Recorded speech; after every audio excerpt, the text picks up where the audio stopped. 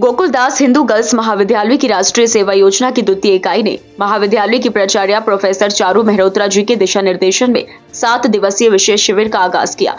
शिविर का शुभारंभ प्राचार्य जी द्वारा मां शारदे के समक्ष दीप प्रज्वलित करके एवं पुष्प गुच्छ अर्पित करके किया गया। तत्पश्चात स्वयं सेविकाओं ने राष्ट्रीय सेवा योजना का लक्ष्य गीत प्रस्तुत किया और गणेश वंदना की प्रस्तुति दी। साथ ही स्वयं सेविकाओं ने योग अभ्यास भी किया। इसके बाद स्वयं सेविकाओं ने छोटी छोटी टोली बनाकर गोदली बस्ती का पूर्ण सर्वे किया, जिसमें उन्होंने पाया कि भारत में इतना विकास होने के बाद भी मलिन बस्ती के लोगों में पूर्ण जागरूकता नहीं है। आज भी बस्ती के लोग अशिक्षित हैं, अपने स्वास्थ्य पर पूर्ण ध्यान नहीं देते।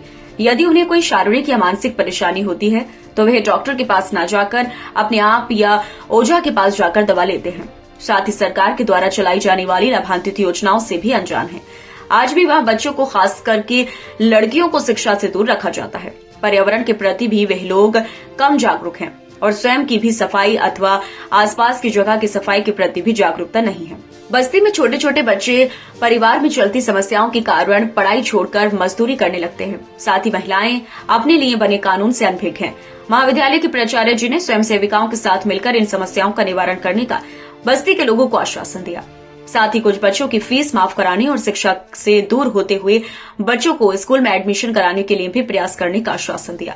शिविर के प्रथम दिवस के दूसरे सत्र महिला सशक्तिकरण के रूप में मनाया गया, जिसमें प्राचार्य प्रोफेसर चारू मेहरोत्रा जी ने स्वयं सेविकाओं एवं बस्ती के लोगों को संबोधित करते हुए कहा कि महिला सशक्तिकरण के 5 बिंदु महत्वपूर्ण हैं, जिसमें महिलाओं की आत्मरक्षा की भावना सबसे महत्वपूर्ण है। नारी सशक्तिकरण का सही अर्थ है अपने स्वयं के निर्णय स्वयं ले सके और अधिकारों का पूर्ण ज्ञान हो। हालांकि पुराने समय से आज भारत की महिलाओं की स्थिति में बहुत अधिक सुधार हो चुका है, लेकिन फिर भी आज महिलाओं को कई तरीके की समस्याओं का सामना करना पड़ता है।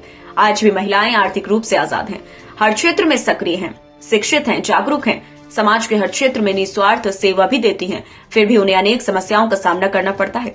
आज भी ऐसी कितनी बेटियां हैं जो रेप का शिकार होती हैं, कितनी ऐसी बेटियां हैं जिन्हें दहेज के लिए हिंसा का शिकार होना पड़ता है, यहाँ तक कि उन्हें दहेज के लिए जला भी दिया जाता है। कितनी बेटियों के ऊपर तेजाब डाल दिया जाता है। महिला सशक्तिकरण समाज में इन महिलाओं का आर्थिक विकास, राजनीतिक भागीदारी और महिलाओं के खिलाफ हिंसा में कमी लाने का प्रयास कर रहा है। साथ ही समाज में लैंगिक समानता को भी बढ़ाने का प्रयास कर रहा है और समावेशिता को भी बढ़ाने का प्रयास कर रहा है। तत्पश्चात मुख्य अतिथि सुश्री नरगिस SI के नेतृत्व में एंटी रोमियो की टीम ने स्वयं सेविकाओं को महिलाओं के लिए बने कानून से अवगत कराया।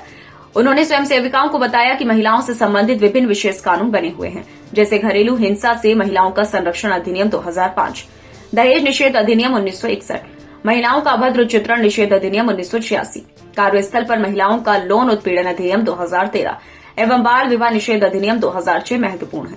साथ ही उन्होंने बताया कि ऐसी बहुत सारी हेल्पलाइन नंबर हैं जिनके द्वारा हम अपनी कंप्लेंट लिखवा सकते हैं, जिसको पूर्ण रूप से गोपनीय रखा जाता है। उन्होंने बताया कि महिलाओं की मदद के लिए सरकार ने जो नंबर जारी किए हैं उसमें वुमेन्स हेल्पलाइन नंबर 1091 या 1090 पूरे देश के लिए है। इसके अलावा महिलाएं national commission for women NCW में भी अपनी कोई बात रखना चाहें तो 01123219750 पर भी कॉल कर सकती हैं। इसलिए आप लोग डरे नहीं, अपनी समस्याओं को हम लोगों को बताएं, जिससे कि हम आप सभी की समस्याओं का निवारण कर सकें। कौन जवाब देगा? 1090 ये क्यों है?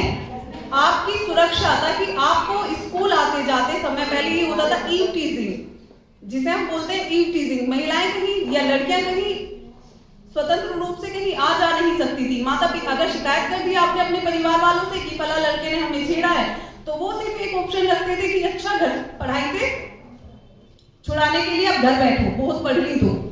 अब तुम्हारा ये है, अपने स्वतंत्र रूप से आप कहीं भी आ जा सकती हैं। हमारी टीम भी राउंड अप रहती है। आप खुद लोग अब क्या आपको डर लगता है आते जाते स्कूल कॉलेज? कहीं आते जाते डर लगता है ना? नहीं लगता। क्यों? क्योंकि सरकार ने आप लोगों के लिए इतनी अच्छी योजनाएं चला रखी है। मैं ये कह रही हूँ, डायरेक्ट आप कॉल कर सकती है 1090 पर कॉल करने से ये होगा, एक तो आपकी पहचान गुप्त रखी जाती है। कुछ लड़कियां ये सोचती हैं हम थाने जाएंगी, हमारी पहचान उजागर होगी, फिर माता पिता को पता चलेगा, हमारे खानदान वालों को पता चलेगा, तो शिकायत हमारी सुनी नहीं जाएगी, हमारी बदनामी होगी।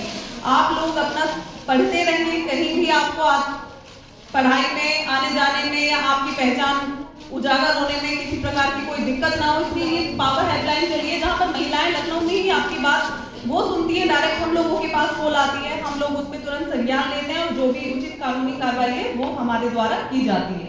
महाविद्यालय की उपाचार्य प्रोफेसर अंजुला दास जी ने भी स्वयंसेविकाओं को संबोधित करते हुए कहा कि महिलाएं कितनी भी शिक्षित हो रही हैं, फिर भी आज भी हमारे सामने निर्भया जैसे कांड आते हैं। इसके लिए हम लोगों को पूर्ण रूप से उपयोग करना होगा। चीफ प्रॉक्टर प्रोफेसर कविता भटनागर जी ने भी स्वयंसेविकाओं को शिविर के लिए बधाइयां दी। कार्यक्रम का संचालन और आयोजन कार्यक्रम अधिकारी डॉक्टर शेफाली अग्रवाल ने किया। कार्यक्रम में शारीरिक शिक्षा विभाग के प्रभारी शिवानी गुप्ता ने भी पूर्ण सहयोग किया। शिविर में रिया, नम्रा, नौशीन, प्राची, नताशा, सोनाली, सोनम आदि सभी स्वयंसेविकाओं ने प्रतिभाग किया। और आज एनएसएस की द्वितीय इकाई के द्वारा ही 7 दिवसीय विशेष शिविर का आयोजन किया जा रहा है, जिसका आज से यहाँ पर शुरुआत हुई है। आज हमने पहले मॉर्निंग में बच्चों ने हमारी मलिन बस्ती, नई बस्ती हम लोगों ने ले रखी है, वहाँ जाकर वहाँ पर सर्वे किया कि वहाँ के लोगों की ऐसी कौन सी समस्याएं हैं जिनका हम निवारण करने में मदद कर सकते हैं उन लोगों की। जिसमें हम लोगों ने पाया कि बहुत सी छात्राएं ऐसी हैं वहाँ की जो अपनी पढ़ाई नहीं कर पा रही हैं, केवल एक पैसों की कमी के कारण। कुछ बच्चे ऐसे हैं वहाँ जहाँ पर उनको मजदूरी करनी पड़ रही है, तो वो उन्हें अपनी पढ़ाई छोड़ देनी पड़ रही है घर की मजबूरियों के कारण। वहाँ पर आज भी लड़कियों को कम पढ़ाया जाता है।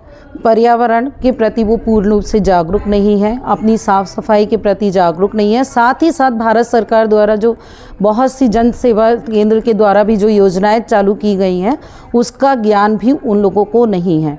और कुछ लोगों को पता भी है तो उन्हें ये नहीं पता कि वो कहाँ जाकर किस तरह से फॉर्म भर सकते हैं। आज बहुत से साइबर कैफ़े वाले उसके लिए उनको धोखा दे जाते हैं और लेकर काम ख़त्म कर देते हैं। तो उस चीज़ का भी हम लोगों ने प्रयास करने की कोशिश करेंगे कि इन लोगों की ये समस्याओं को दूर करें अपनी प्राचार्य जी की मदद से।